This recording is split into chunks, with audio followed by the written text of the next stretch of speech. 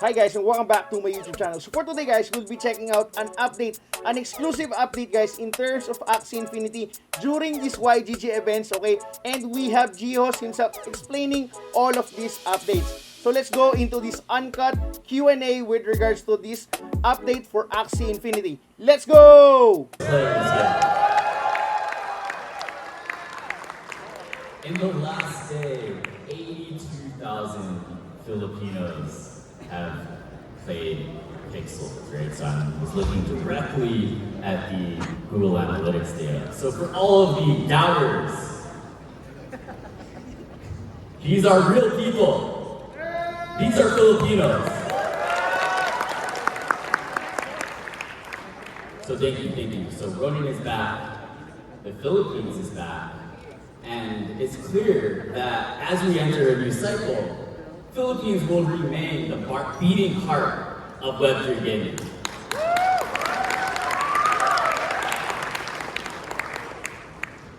So thank you for everybody who's exploring Pixels. If you haven't checked it out, definitely recommend pixels.xyz. Next. So people are always asking me, what's next for Axie? Right? Is it Classic? Is it Origins? Homeland? One thing that we think is really important is creating a very interconnected experience and system of progression between all Axie games. We call that Axie Core. And a core foundation of Axie Core is the ability to upgrade your Axie, to evolve your Axie. When I think about my childhood, I think about my relationship with Charmander, actually. The thing that got me so addicted to Pokemon was I really need to level up my Charmander to Charmeleon, to Charizard. That's actually what got me into it. That same experience, that same emotion is really needed in the Axie universe. It's actually, to be honest, the thing that we didn't have last cycle. That was the hole in the ship that prevented us from reaching the Grand Line. So with Axie Part Evolution, Axies will become way more than they have before. They will be a digital collectible, a living, breathing, evolving organism, and a ticket to an expanding universe of games and experiences, right? So this is not three separate products. This is one thing. This is an Axie. So with Part Evolution, everyone wants to know when. If everything goes according to plan, we will have Part Evolution out sooner than you think, next month in December. You can also see, actually, this is one of my personal Axies with two leveled up parts, right? So it has the Cactus and the Dango upgraded parts. So Part Evolution is really based also on this system of AXP. And many of you, especially those that are more into Classic, and there hasn't been AXP integration in Classic, you might need a little bit of a refresher or walkthrough for AXP, right? So AXP is Axie experience points, and you can earn them by playing different Axie games. Origins, starting today, Classic, and we'll talk a little bit more about this later. Project T, Sky Smash, and more, right? So you earn these experience points, you use them to upgrade your Axie on-chain, and once your Axie is upgraded on-chain, you can use crafting materials to actually upgrade the power and the aesthetics of the body part. There will also be a new collectible reward system that is launched in conjunction with Part Evolution. This is actually also a upgraded or evolved Axie. And so if you've been following my Twitter, you'll see that I'm actually starting a cartel with the other collectible Axie owners. So there will be some fun metagames to play as we unveil this to the world. But okay, This is, I think, the moment that you guys have been waiting for. This is classics Michael Jordan moment. You know when Michael Jordan went to go play baseball for a little bit, and then he came back? Well, today Classic has one thing to say. Classic is back. Let's go! So I believe we coordinated it so that when I snap my fingers, the server will go on. Right? So let's see if we can do this. 3, 2, 1, payments.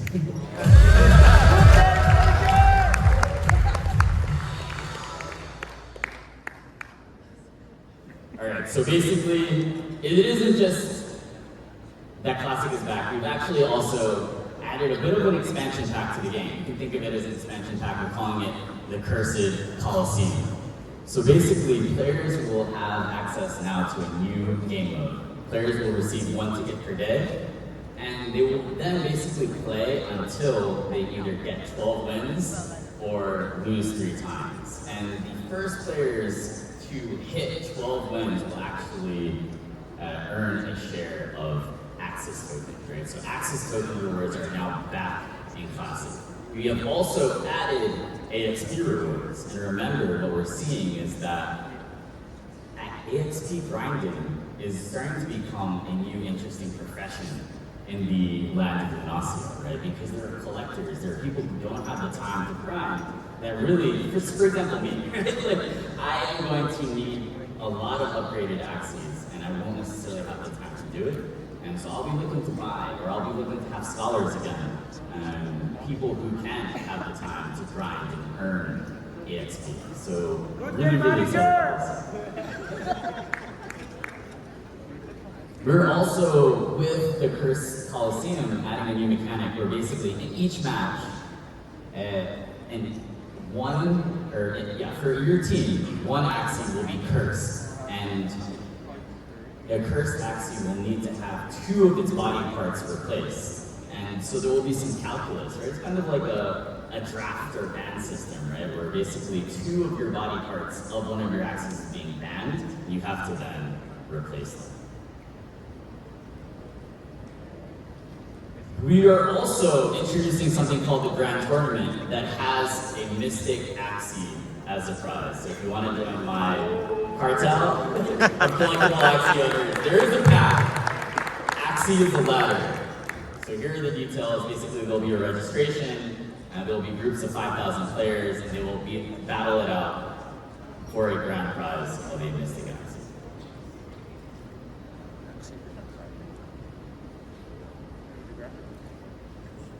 Here are some of the details on the AXP. I think you can just take some screenshots. But yeah, basically, AXP is now integrated into Classic. And, I want to say some words about Classic. Classic is the game that brought Axie to greatness. Classic is the game that Filipinos really know that you guys all love it. So, this is due to the voice of the community, where we saw back in July that there were still around 10,000 people playing Classic without any rewards. And then so we decided to start it up a little bit, right? We had a small tournament that actually attracted over 40,000 monthly active users. So it really is the voice of the community, the data that you produce, and the feedback that has inspired this momentum for Classic. So yeah, we're really, really excited to bring it back officially for you guys today. So I have one more thing. For 5 years, there have been two main things that I've wanted, that the community has wanted, that have been dreams deferred. One, card evolution, right? I think that has really been what so many people have fallen in love with around the Axie universe. But then also merch, when Axie merch. And I'm delighted to announce that today, if everything goes according to plan, we will have merch on Black Friday.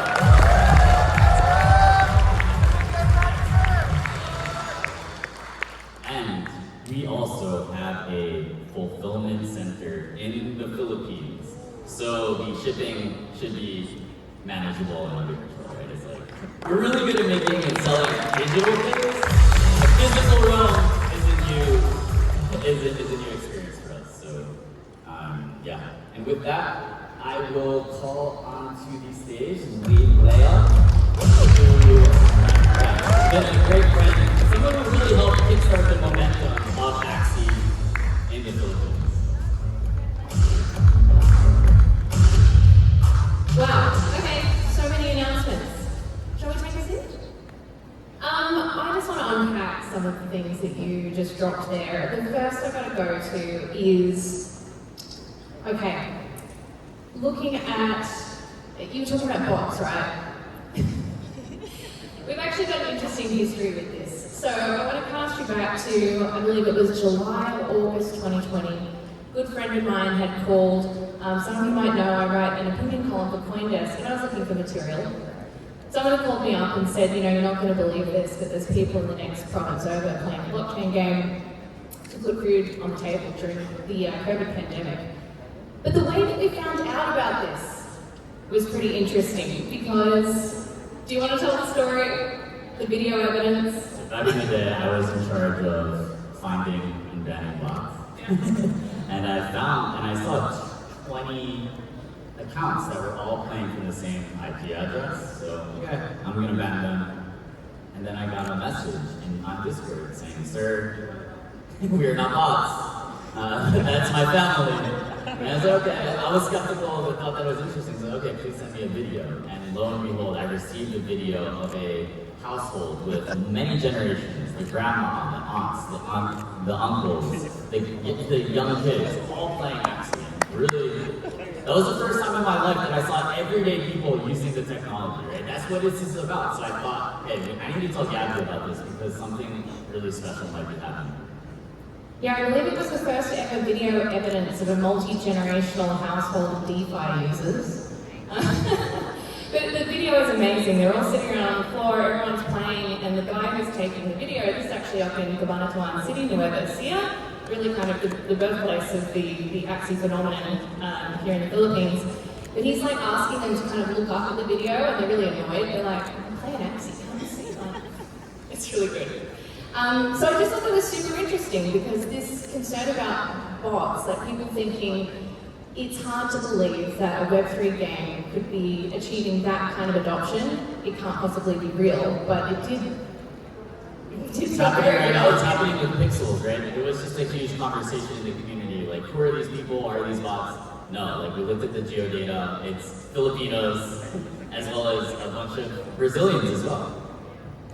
So the other thing I picked up that I absolutely loved, and it kind of reminded me of our first ever conversation, also around that time when I first met you.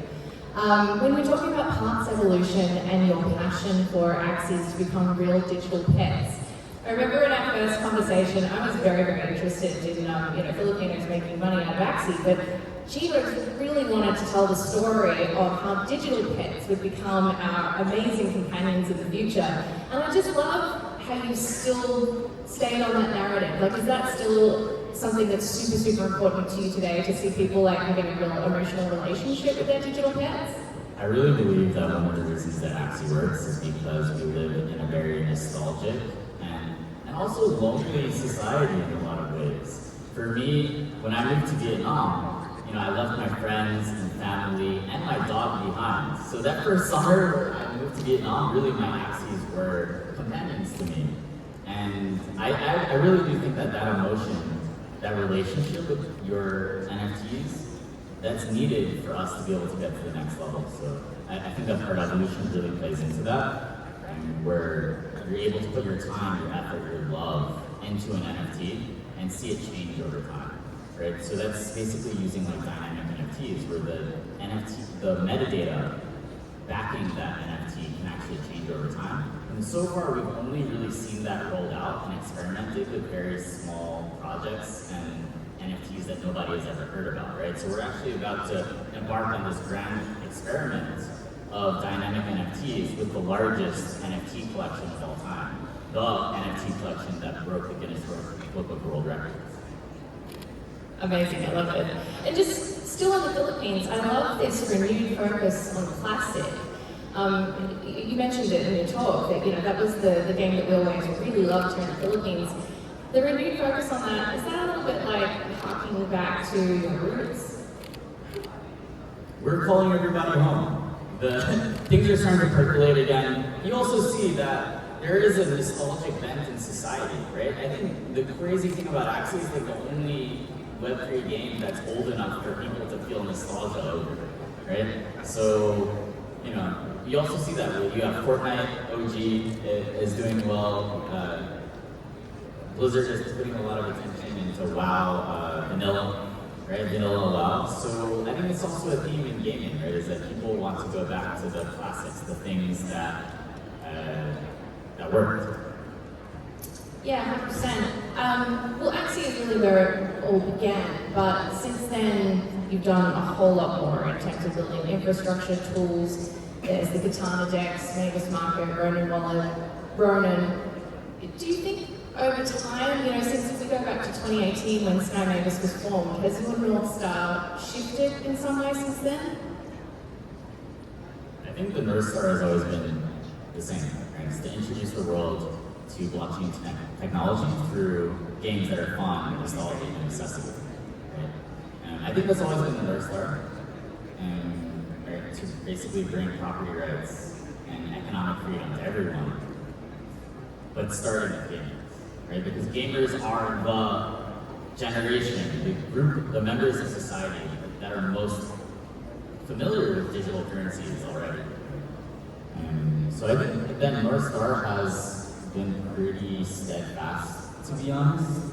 I think in the beginning it was, we were more experimental, or we were very experimental, right? Like, how can we find ways to get people to use this technology, right? Like, maybe this is an industry that could take off, right? For our generation, to be honest, we were looking for technologies and products that were new, that the world hadn't seen before, because we didn't want to start like e-commerce or a scooter startup, right? So it was like, what new technologies have the potential to change the world where there hasn't been a lot of fundamental product innovation? I do love how you guys have really rolled with the punches though. I mean, it hasn't necessarily been an easy road for Sky Mavis. I think when you're talking about the building of the Ronin network, that was really something that came out of a challenge. When Loom, I believe you built on Loom before, they weren't going to focus on blockchain gaming anymore, so you saw this opportunity to build something incredible to meet your own needs first. That's only just one challenge. You guys have been through multiple bear markets now.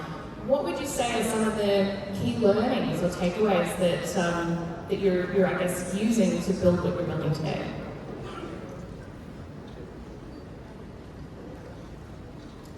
You have to, as a founder, as an organization, right, kind of